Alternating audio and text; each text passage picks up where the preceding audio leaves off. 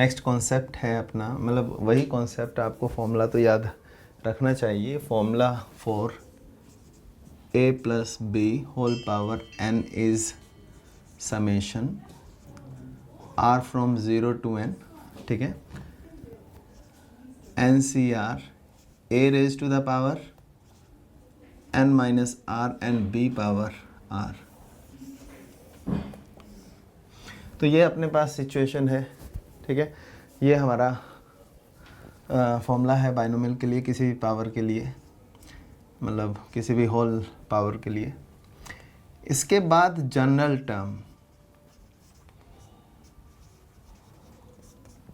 अगर हम general term की बात करें, इसे अगर एक्सपेंड करते हैं तो पहली term NC0 a power n आती है, तो दूसरी term NC1 a power n minus 1 b आती है, तो तीसरी term NC2 a power n minus 2 b square and so on. तो ये अपने पास सिचुएशन है, ठीक है। तो देखो पहली टर्म में 0 है, दूसरी टर्म में 1 है, तीसरी टर्म में 2 है। मतलब ये हुआ कि अगर मैं 10th टर्म की बात करूँगा तो यहाँ NC9 आएगा, a पावर n माइनस 9 आएगा, क्योंकि ये बात मैं आप लोगों को एक्सप्लेन कर चुका हूँ कि a की पावर आती है सुपरस्क्रिप्ट माइनस सबस्क्रिप्ट और b की पावर आती है सबस्क्रिप्ट। मतलब ये हुआ कि अगर मैं आपसे पूछूं TR प्लस 1th टर्म क्या होगी, तो आप कहोगे it is NCR, it is NCR a power n minus r and b power r। तो ये अपने पास सिचुएशन है, दिस इज जनरल टर्म। कभी भी कोई क्वेश्चन आता है कि if term is this, term is that, मतलब टर्म पे कोई भी कंडीशन हो तो आप स्टार्ट ऐसे ही करोगे question, let the required term be TR plus 1 and this. अब जो कंडीशन होगी वो लगा देंगे। तो जनरल टर्म, जब भी अपने को किसी टर्म से रिलेटेड कोई क्वेश्चन सोल्व करना हो, then we have to use general term. इसके बाद some observations,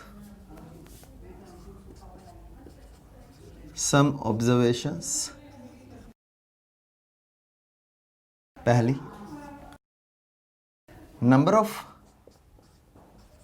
number of terms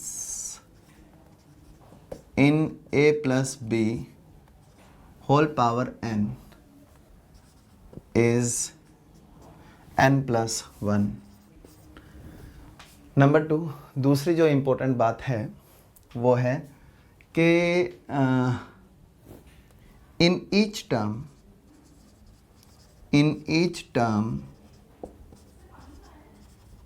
sum of indices of a and b are same। Number 3, binomial coefficients. ध्यान रखना, ये जो है मैं पहले ही बता चुका हूँ आपको PNC में, NCR को रिप्रेजेंट करने का ये भी तरीका है, इसे हम बाइनोमियल कोफिशिएंट भी बोलते हैं, बाइनोमियल कोफिशिएंट भी बोलते हैं, और इसी को हम कॉम्बिनेटोरियल कोफिशिएंट भी बोलते हैं। ये दोनों नाम आप ध्यान रखोगे। तो बाइनोमियल कोफिशिएंट की अगर हम बात करें तो binomial coefficient equidistant from both sides, equidistant from both sides are equal. मतलब ये जो पहली टर्म है और जो लास्ट टर्म होगी NCN a power 0 BN, binomial coefficients equal है, NC1 and NCn-1, these two are equal, ठीक है। तो ये सारी बातें अपने को ध्यान रखनी है, छुटपुट बातें, और तो ये सब कुछ आपको ध्यान रखना है। अब देखें, ये जितना भी हम लोगों ने पढ़ा है, डेफिनेशन हो या फिर ऑब्जर्वेशंस हो या फिर जनरल टर्म हो, इन पर बेस्ड कुछ क्वेश्चंस हम करते हैं। पहला question, find fifth term of 2a minus 3b whole power 7। Fifth term अगर आपको फाइंड करनी है तो इस बात का मतलब हुआ we have to calculate T5। T5 अगर फाइंड करना है तो 7c, अगर T5 फाइंड करना है, आपको जनरल टर्म में बताया था r+1 जब फाइंड करना है तो NCR आया था और ये बताया था कि ये 0 से स्टार्ट होता है। फिफ्थ टर्म है तो C के का सबस्क्रिप्ट 4 होगा। First term is 2a raise to the power superscript minus subscript, second is -3b power 4। तो अपने पास वैल्यू ये है, ठीक है, 2 cube a cube 3 power 4 b power 4। तो this is T5, this is fifth term. ऐसे ही आपसे ये भी पूछा जा सकता है कि फाइंड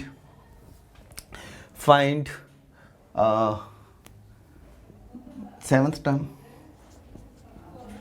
फाइंड T7 का मतलब क्या हुआ 7c 6। T7 का मतलब लास्ट टर्म नहीं होगा because number of terms will B कितना होगा number of terms 8।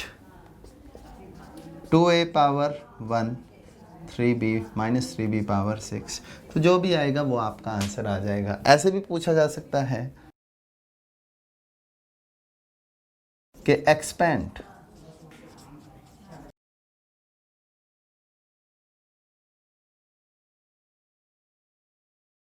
expand this up to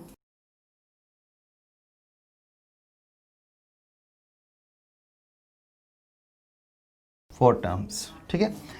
तो उस केस में हमें एक्सपेंड करना होगा। What is first term 7c0 2a power 7। Second term में 3b की पावर माइनस 3b की पावर 1 होगी, यानी कि वो नेगेटिव ही आएगा। या मैं एक काम करता हूँ, बिल्कुल एलिमेंट्री लेवल पे आपको बता देता हूँ। -3b power 1 7c2 2a power 5 and -3b power 2 7c3 2a power 4 and -3b cube. ये तो जब हम इसे सिंप्लीफाई करेंगे तो ये आ जाएगा 2 power 7 a power 7 7c1 2 power ये आ जाएगा माइनस क्यों आपको पता ही है 2 पावर 6 64, ठीक है, यानी कि ये आया 3 into 64 a power 6 b 7c2, ठीक है, 32 into 9 a power 5 b square 7c3 plus minus 16 into 27 a power 4 b cube and so on. So this is binomial expansion of 2a minus 3b whole power 7 and these are first 4 terms for this expansion. Okay. अगला question लिखें।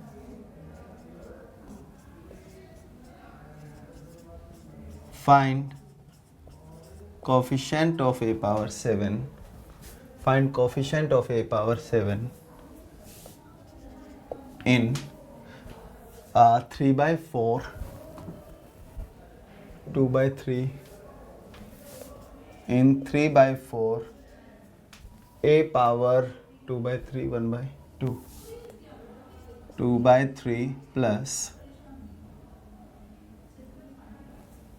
1/2/3 a power half whole raised to the power 10. Coefficient of whole raised to the power, ठीक है। Find coefficient of a power 7. Find coefficient of a power 7 in this expansion. इस expansion में अपने को a power 7 का coefficient calculate करना है, यानी कि पहले हमें वो टर्म फाइंड करनी होगी जिसमें a की पावर 7 है। तो इसमें हम कैसे स्टार्ट करेंगे, हम कहेंगे कि let the required term be let the required term be, ठीक है, let the required term be t are plus one, let the required term be t are plus one. तो ये आ जाएगा अपने पास 12c r 3/4 a power 2/3 power 12 minus r 2/3 a power half power r. This is the required term. इसे थोड़ा सा अगर हम सिंप्लीफाई करें 12c r 3/4 whole power 12 minus r 2/3 whole power r a power 2 12 minus r upon 3 and a power r upon 2. Now according to question we have to calculate coefficient of a power 7. a power 7 का coefficient अगर calculate करना है तो according to question जो a की power है कितनी है, ये 24 minus 2r upon 3 plus r upon 2। According to question जो a की पावर है वो 7 होनी चाहिए, जबकि a की पावर ये है। तो इसे सिंप्लीफाई करेंगे, ये 48 minus 4r plus 3r equals to 42, यानी कि 48 माइनस r इक्वल्स टू 42। इसका ये मतलब हुआ कि r की जो वैल्यू होगी वो 6। तो क्वेश्चन पूछा गया है कि find coefficient of a power 7, ठीक है। पहले देखो ये भी पूछा जा सकता था कि which term contains a power 7, तो r की वैल्यू 6, यानी कि 7th term will contain what ever the requirement a power 7। Now इसके बाद अपने को क्या चाहिए, इसके बाद अपने को a पावर 7 आ गया। इसके बाद अपने को चाहिए what is value coefficient of a power 7। मतलब ये हुआ कि कोफिशिएंट क्या आएगा, कोफिशिएंट क्या होगा 12c 6 3/4 12 माइनस 6 2/3 होल पावर 6। बाकी r की वैल्यू अगर 6 आप यहाँ पुट करोगे तो ऑब्वियसली यहाँ पर a पावर 6 ही आएगा। बेशक आप देख लें 2 आ रहा है ना, 6 नहीं आ रहा, 6 पुट किया 12 माइनस 6 3 4 4 दूनी 8 6 पुट किया 6 पुट किया, ठीक है। तो ये 3 प्लस 4 7 और हमें a पावर 7 ही चाहिए, ठीक। तो कोफिशिएंट हमें फाइंड करना था, तो this is coefficient. Next question is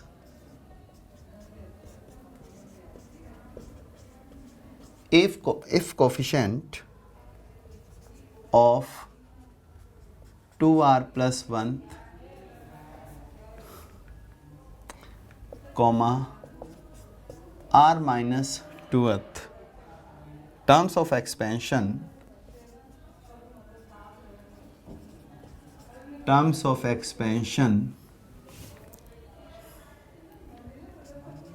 1 plus x whole power 18 are equal, find r, ठीक है। if coefficients of 2r plus 4r minus 1th term of, ठीक है। ये काफ़ी बढ़िया क्वेश्चन है, ठीक। देखो है क्या, if coefficient of this and this term of expansion are equal, question is talking about only coefficient। मतलब we have first of all we have to find 2r plus 4th term, ये क्या होगी 18c 2r plus 3 and x power 2r plus 3 because x is at the position of b, और ये बात बताई थी कि बी की पोजिशन सबस्क्रिप्ट होगी। Next t r minus 2 18c r minus 3 x power r minus 3। According to question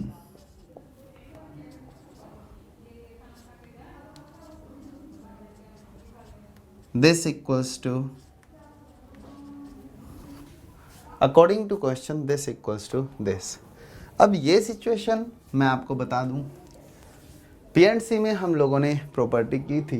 property क्या थी कि if 18CR equals to 18CS, this implies either R equals to S और R equals to, यहाँ N है, यहाँ N है, और R equals to N minus S। इन दोनों में से कोई एक चीज़। यहाँ स्टूडेंट्स गलती क्या करते हैं, वो सिर्फ एक कंडीशन लगाते हैं, आगे बढ़ जाते हैं, लेकिन इससे कई बार आंसर नहीं भी आता। जैसे यहाँ नहीं आ रहा, R शुड बी पॉजिटिव, लेकिन हमारे पास R की वैल्यू नेगेटिव आ रही है, तो रिजेक्ट दिस। तो असली आंसर कहाँ से आएगा, जो मैंने आप लोगों को बताया है, R equals to N minus this. तो यह आया 2R plus 3, 18 minus R plus 3, तो यह आ गया 3R, ये दोनों cancel, 18, this implies R equals to 6। This is the value of R। सही है। तो आप ध्यान रखना, ज़रूरी नहीं है कि हमेशा सबस्क्रिप्ट इक्वेट करके ही आंसर आए। ऐसा भी हो सकता है कि इन दोनों का सम 18 हो तब भी आंसर आ सकता है, यानी कि R is N minus S। ठीक है। एक और प्रॉपर्टी मैं आपको रिकॉल करवा देता हूँ। आप लोगों को बताया था NCR plus 1 is N plus 1 CR plus 1। याद करने का तरीका बताया था कि यदि टोपी सेम हो, जूते में एक नंबर का डिफरेंस हो, सब सुपरस्क्रिप्ट सेम एंड सबस्क्रिप्ट एक नंबर का डिफरेंस, टोपी सेम हो, जूते में एक नंबर का डिफरेंस हो, तो टोपी का नंबर बढ़ा दो, जूता बड़ा पहना दो। ठीक है, this is way to learn it. टोपी का नंबर बढ़ा दो, जूता बड़ा पहना दो। Is it clear? तो ये सिचुएशन है, ये प्रॉपर्टीज़ है जो आपको दिमाग में रखनी है। एक और क्वेश्चन है, बढ़िया क्वेश्चन है, कैलकुलेशन वाइज वो काफ़ी लेंदी लगता है, पर बड़ा ही अच्छा क्वेश्चन है। क्वेश्चन ये है कि find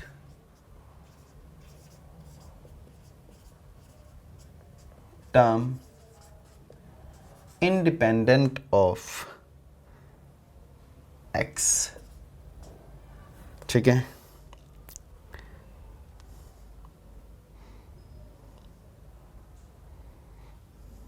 oh sorry, this is not the question. Find term, question ये है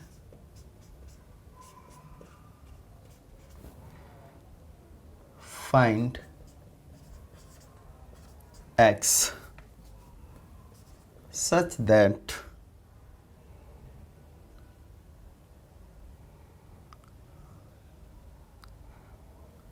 that fourth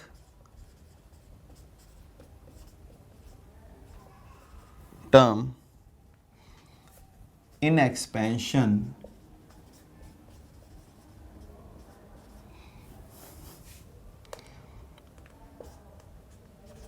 five power 2/5 log 5 root 4 power x plus 44। ठीक है, plus 1/5 power log base 5 cube root of 2 power x minus 1 plus 7 whole power 8 is 336। Find x। तो ये question है, solution. Find x as that fourth term is this. Fourth term given है, लेकिन उससे पहले इसे थोड़ा सिंप्लीफाई करके देखेंगे हम। कैसे सिंप्लीफाई कर सकते हैं? सबसे पहले देखो, इसे हम लिख सकते हैं 5 power log base 5 4 power x plus 44।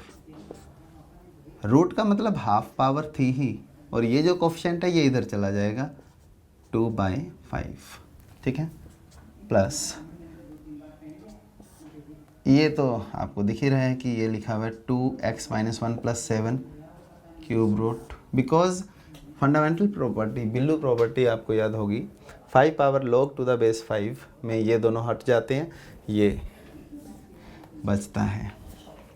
बात फोर्थ टर्म की है, लेकिन पहले आप सिंप्लीफाई करें, ये और ये cancel, fundamental identity of log यहाँ भी लग गई, 4x + 44 होल पावर 1/5 ये अपने पास आ गया, plus 2 power x - 1 + 7 whole power 1/3 यहाँ आ गया।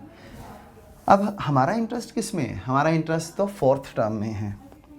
फोर्थ टर्म की अगर हम बात करते हैं तो फोर्थ टर्म होगी 8c3, ठीक है, 8c3, और ये कितना आ जाएगा अपने पास 4 पावर x + 44, 8 - 3 5 कट जाएगा, 2 power x - 1 + 7 and this is -1/3, तो ये -1 आ जाएगा, ठीक है।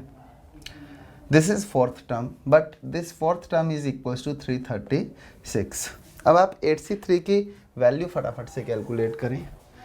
8c3 8 × 7 × 6 अपॉन 3 × 2, ये दोनों कैंसिल हुए, 4 power x + 44 upon 2 power x upon 2 + 7 equals to 336, ठीक है।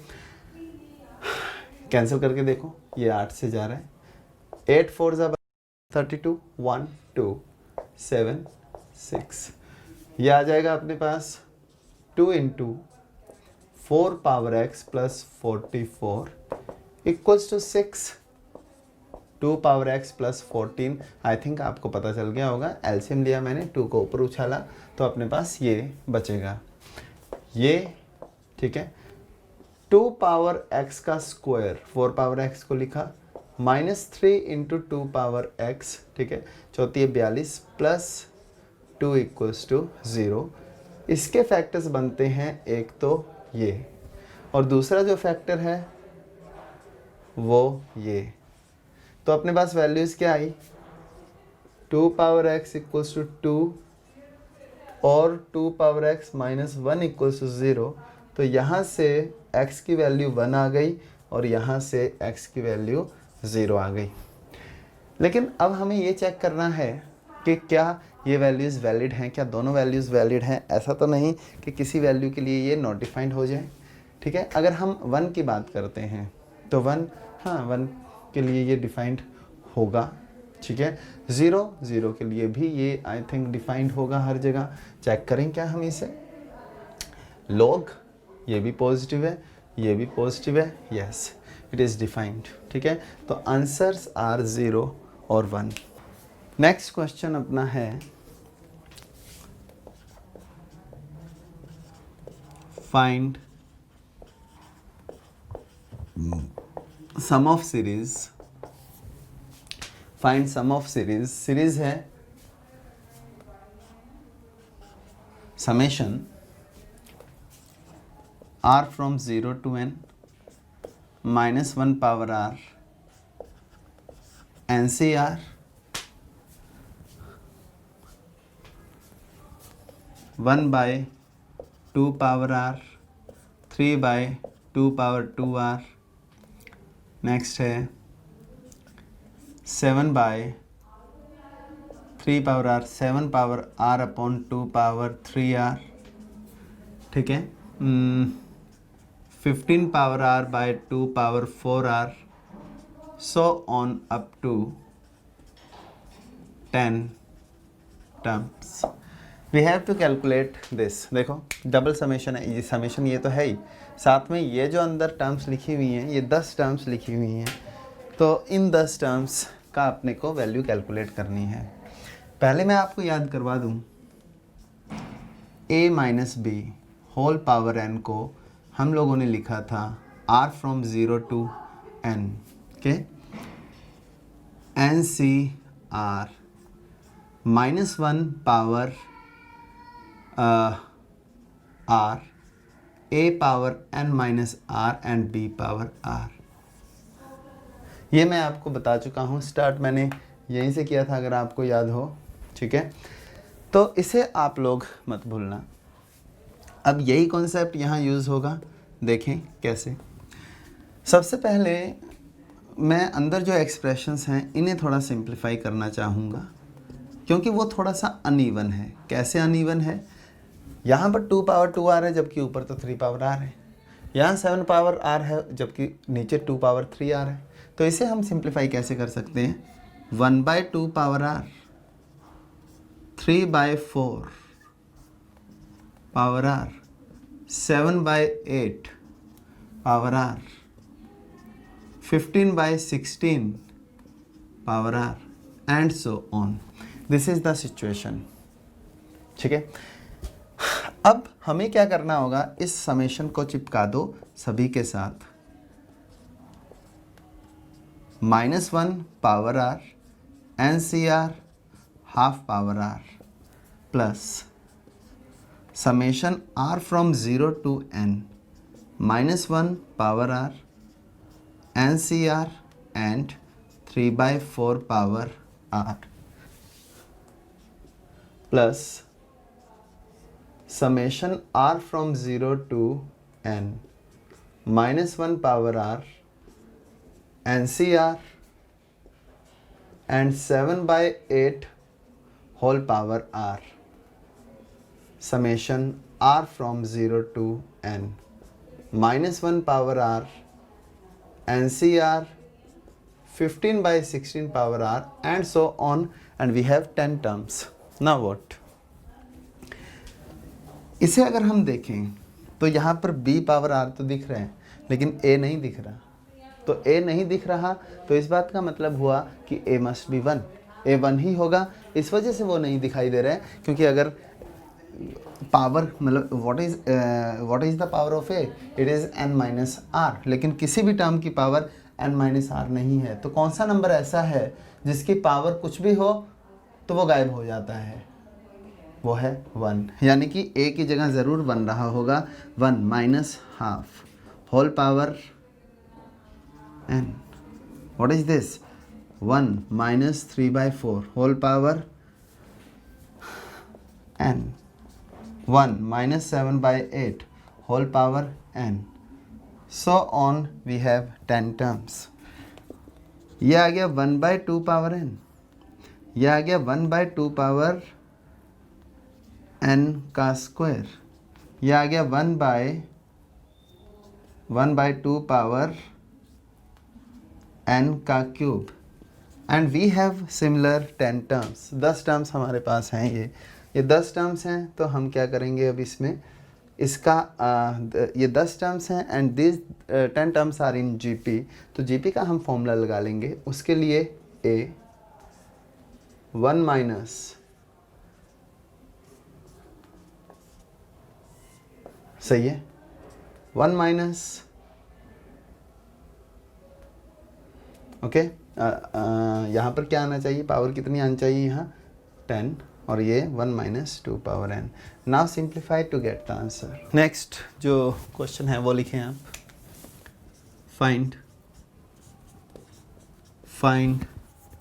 Find number of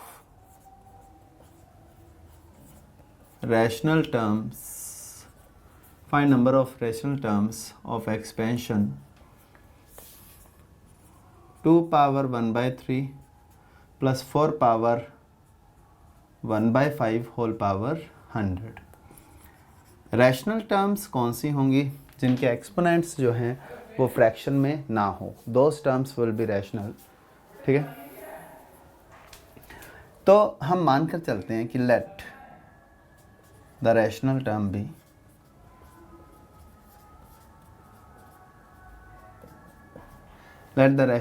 be t r plus 1। ये रैशनल टर्म है, टी आर प्लस 1 जो है ये रैशनल टर्म है। अगर ये रैशनल टर्म है तो ये 100 CR, ठीक है। 1/2 पावर कितनी हो जाएगी ये 1/2 power 1/3 100 minus r upon 3 and 4 sorry this should be 2 and 4 power r by 5 this is general term हम लोगों ने इसे रैशनल टर्म मान लिया r की मूवमेंट हमें पता है r की मूवमेंट जो है वो 0 से लेकर 100 के बीच में है अब ये अपने को रैशनल बनाना है रैशनल r की किस किस वैल्यूज़ के लिए ये रैशनल होगा मतलब r की कौन कौन सी वैल्यूज़ हैं जिसके लिए इसकी पावर भी इंटीज़र हो और इसकी पावर भी इंटीज़र हो तो अब हम स्टार्ट करते हैं 0 अगर हम r को 0 पुट करेंगे तो ये आप ध्यान रखना जब भी ऐसी दो टर्म्स आएँ दोनों को अगर हमें रैशनल बनाना है तो जिसके अपॉन में बड़ी टर्म है उसे आप रैशनल बनाना शुरू करो और दूसरे को वेरीफाई करते रहो इनफैक्ट एक बार अगर पहली रैशनल टर्म आ गई जैसे पहली रैशनल टर्म की अगर हम बात करें तो 0 के लिए तो नहीं 5 के लिए भी नहीं लेकिन 10 के लिए जस्ट मिनट 0 के लिए नहीं 5 के लिए 95 95 नहीं एंड 10 के लिए यस 10 के लिए दोनों रैशनल हैं हमें पता चल गया r = 10 के लिए तो दोनों रैशनल हैं ठीक है एंड 5 एंड 3 का एलसीएम 15 है तो 10 + 15 के लिए भी रैशनल आएगा 15 + 15 के लिए भी रैशनल 10 + 15 के लिए भी रैशनल आएगा +15 के लिए रैशनल +15 के लिए रैशनल ऐसे रैशनल टर्म्स आती रहेंगी तो सबसे पहले हम देखेंगे कि r की किस वैल्यू के लिए रैशनल आ रहा है r की किस वैल्यू के लिए रैशनल आ रहा है 0 के लिए ये नहीं है 1 के लिए 5 के लिए ये है लेकिन ये नहीं है 10 के लिए इसके बाद मैंने कहा था 10 + 15 वैसे आप चेक भी कर सकते हो 15 के लिए नहीं है ठीक है 20 के लिए नहीं है 25 के लिए this one is equals to 75 यानी कि 25 के लिए देखो दोनों में डिफरेंस कितना है 15 का अब +15 40 के लिए ठीक है +15 55 के लिए +15 70 के लिए चेक भी करके देख लो कि 70 के लिए हो रहा है यस +15 85 के लिए +15 100 के लिए तो r की इन वैल्यूज़ के लिए टर्म्स रैशनल होंगी तो क्वेश्चन ये था how many terms are there 1 2 3 4 6 7 terms are there ठीक है क्वेश्चन अच्छा है ये नेक्स्ट क्वेश्चन आप लिखें अगला क्वेश्चन है एक्सपेंशन है 2 power 1/3 3 power 1/3 power n 2 power 1/3 and 3 power -1/3 power n ठीक है find n if ratio of 7th terms from beginning and from end is 1/6 ठीक है ratio of 7th term from beginning 7th term from beginning ratio of 7th term from beginning from beginning and from end is 1/6 we have to find the value of n यहाँ एक गलती students करते हैं कई books में दिया भी हुआ है nth term from the end इसका फॉर्मूला दिया हुआ है लेकिन मेरा सजेशन है no need to learn that formula सीधा देखो 7th term from beginning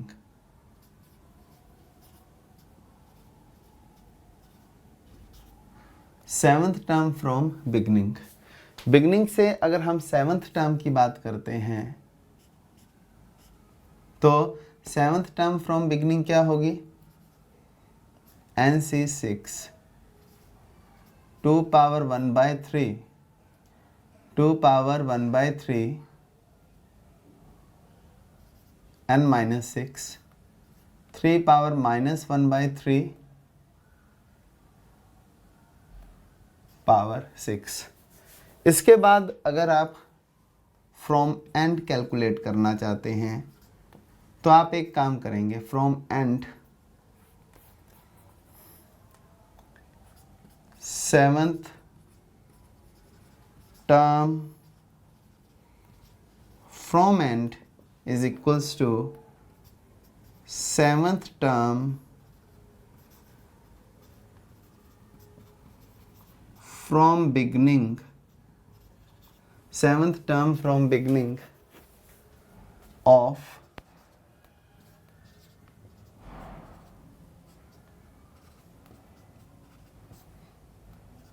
this, of this। क्या किया मैंने कि अगर आप बिगनिंग से 7th टर्म इसकी फाइंड करना चाहते हैं तब तो इजी है हमारे लिए, लेकिन आप from and 7th term find करना चाहते हैं तो एक काम करो, ए एंड बी को इंटरचेंज कर दो और बिगनिंग से 7th टर्म फाइंड कर लो। तो इसकी यानी कि फ्रॉम एंड क्या होगी, इसकी term from beginning NC6 3 power minus 1/3 whole power 6 and 2 power 1/3 whole power n minus 6 2 power 1/3 whole power 6। बोलो सही है।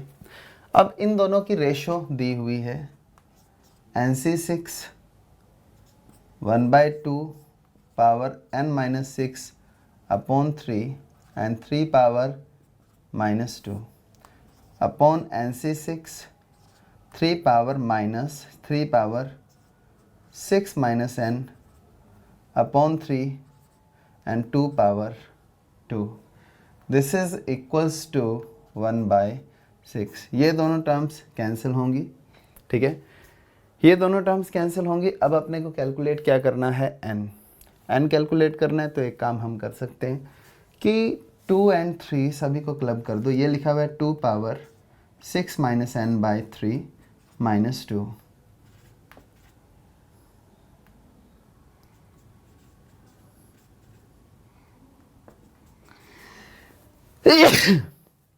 तो ये सिचुएशन है हमारे पास, ठीक है। ये ऊपर गया तो मैं ये नेगेटिव हो जाएगा, नेगेटिव हो गया तो 6 माइनस n का मैंने n माइनस 6 लिख लिया। अब देखें ये आ जाएगा हमारे पास 2 power minus 6 minus n upon 3 और ये 3 power I think there is some mistake, कहीं गलती हुई है, -2 n minus 6 by 3 2 power -2 and this is half, तो -6 -1/3 पावर 6, कहीं पर मिस्टेक हुई है क्या, पहले इसे देखेंगे 2 पावर 1/3 n माइनस 6 6, फिर इसे देखेंगे 3 पावर -1/3 पावर n माइनस 6 6, ठीक है। फिर अपने पास क्या आता है n माइनस 6/3 एंड 3 पावर -2, ठीक है। और इधर क्या आएगा सेकंड वाले में 6 माइनस n अपॉन 3 2 स्क्वायर, ठीक है। अब अपने पास there is some mistake, we are doing some mistake, कहाँ गलती हो रही है, let me check the question।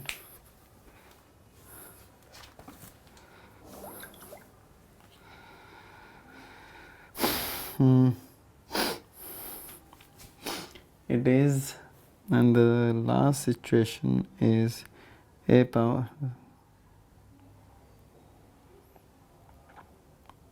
6 power n minus 12 upon 3 2 power 1/3 3 power -1/3 and a 7th term from beginning and end, from beginning and end n minus 12। गलती तो हो रही है लेकिन कहाँ गलती हो रही है पता नहीं चल रहा। n minus 12 by 3 n minus 12 by 3, हमें दोबारा देखना पड़ेगा। Seventh term from beginning from and is seventh term from beginning. पहले तो इसे देखें, n-6/3, ये बात सही है। ठीक है, ठीक है। 1/, sorry, this is 2, this is not 1/2, this is 2, ये 2 है तो ये n-6 ही होगा। ये छोटी सी मिस्टेक थी। तो ये आया 2 power n-12 and 3 power n-12 equals to 6 power -1। 6 power n-12 equals to 6 power -1, यानी कि n इज इक्वल्स टू 11। तो this is the value of n। Power n-6 upon 3, calculation mistake है, बड़ी सिंपल सी। n-12 upon 3 equals to 6 power -1, तो ये आया n-12 equals to -3, यानी कि l की वैल्यू 9। आई होप कैलकुलेशन सारी सही हों। अगला कॉन्सेप्ट है सम ऑफ कोफिशिएंट्स। मतलब क्वेश्चन जो अगला है वो है सम ऑफ कोफिशिएंट्स। ध्यान रखना, देयर आर 2 थिंग्स। दोनों क्वेश्चन साथ साथ ले रहा हूं मैं। एक तो सम ऑफ बाइनोमियल कोफिशिएंट्स और एक सिंपल होता है सम ऑफ कोफिशिएंट्स। दोनों में डिफरेंस है। बाइनोमियल कोफिशिएंट्स का मतलब ये हुआ कि NC0 plus NC1 plus NC2 और किसी को भी कंसीडर नहीं करना।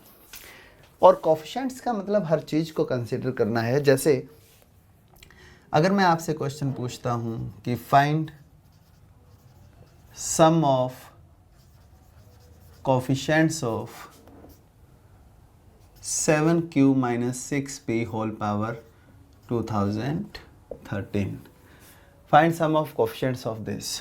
तो आप ये देखो, 7q minus 6p whole power 2013 की अगर हम बात करें तो ये लिखा हुआ है 2013 C0 7q power 2013 plus 2013 C1 7q power 2013, ये प्लस का हो जाएगा minus 6p plus so on. Coefficient का मतलब क्या हुआ? कोफिशिएंट का मतलब हुआ कि जैसे फर्स्ट टर्म का अगर मैं कोफिशिएंट पूछूं आपसे तो वो होगा 1 7 पावर 2013। कोफिशिएंट का मतलब q के अलावा जो पूरा एक्सप्रेशन आया, p के अलावा जो पूरा एक्सप्रेशन आया। अब देखो, अगर आपको सम ऑफ कोफिशिएंट कैलकुलेट करना है तो q हटाना होगा, p हटाना होगा। तो सम ऑफ कोफिशिएंट के लिए हमें p एंड q, इनफैक्ट जो भी वेरिएबल्स होंगे उन्हें 1 पुट करना होगा। 1 पुट करते ही लेफ्ट हैंड साइड 1 आ गया और राइट साइड आ गया सम ऑफ कोफिशिएंट्स। तो आंसर क्या आएगा? 1। तो जब आपको सम ऑफ कोफिशिएंट कैलकुलेट करना है, जब आपको सम ऑफ कोफिशिएंट कैलकुलेट करना है तो उस केस में जो भी वेरिएबल होगा उन्हें आप 1 1 पुट कर दें। ठीक है, तो ये आप इजीली कैलकुलेट कर सकते हो। Sum of coefficient is easier than to calculate. नहीं, सम ऑफ कोफिशिएंट और सम ऑफ बाइनोमियल कोफिशिएंट दोनों बराबर ही आसान हैं, दोनों बड़े इजी टर्म्स हैं, बड़े ही इजीली कैलकुलेट हो सकते हैं। जैसे सम ऑफ बाइनोमियल कोफिशिएंट्स पे मैं क्वेश्चन पूछ रहा हूँ कि find greatest binomial coefficient in the expansion x plus y whole power n if sum of binomial coefficients is 4096. Sum of binomial coefficients is 4096. तो find greatest binomial coefficient in the expansion this if sum of binomial coefficients is 4096। पहले तो इस बात का मतलब समझो कि what is meaning of sum of binomial coefficients. इस सम को हम बोलते हैं सम ऑफ बाइनोमियल कोफिशिएंट्स। और पीएनसी में ये बात मैं बता चुका हूँ आपको कि it is equal to 2 power n 2 power 9 6 यानी कि 2 power 12। This implies n equals to 12। बोलो सही है। तो इसका मतलब ये हुआ कि n की जो वैल्यू है वो 12 के इक्वल है। अब इन्होंने कहा है find greatest binomial coefficient. Find greatest binomial coefficient, तो ग्रेटेस्ट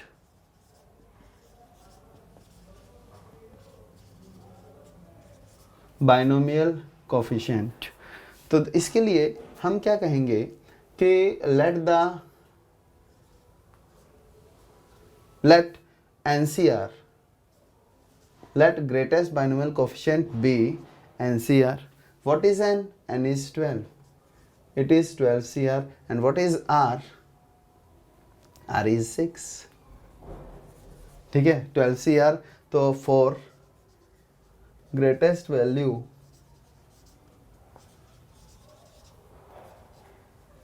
R equals to 6.